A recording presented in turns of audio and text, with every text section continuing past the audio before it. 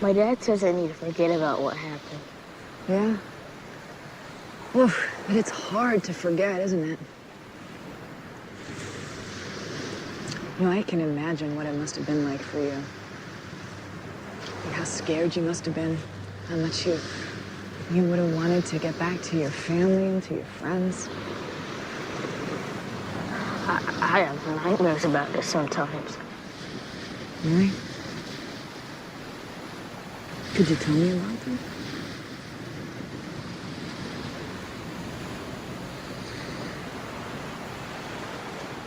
I always remember the smell first. It's musty like our attic. He comes into the room wearing a mask, checking on the thing stuck in my neck. It feels like stealing my energy. I'm so tired. I feel sick. Christopher, there's another little boy, just like you. Has been taken. And he wants to go home and see his family too. You can help him.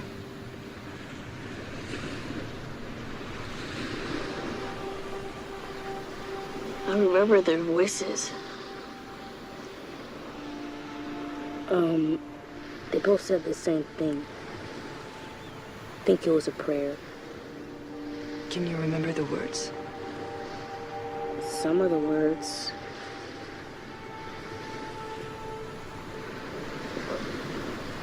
Through the pitch dark comes a cleansing fire. So, after the victims were abducted, the kids came back with massive cell degeneration and internal organ atrophy. All those conditions are symptomatic of old age, too, right?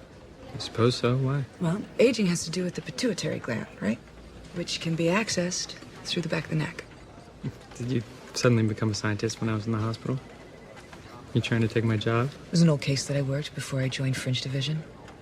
This guy was draining hormones from pituitary glands. Anyway, my point is that some of the victims mentioned there were two suspects, one old and one young. But they all said that they never saw the suspects at the same time. Okay. Well, what if there weren't two people? What if there was only one person who was literally changing from old to young? What if the Candyman is stealing youth? Okay. In theory, concentrated pituitary hormones could be processed in some way to accelerate healing, maybe even reverse aging. But if that's true, it would also cause some serious side effects. Like what? Anemia, tremors, hyperglycemia.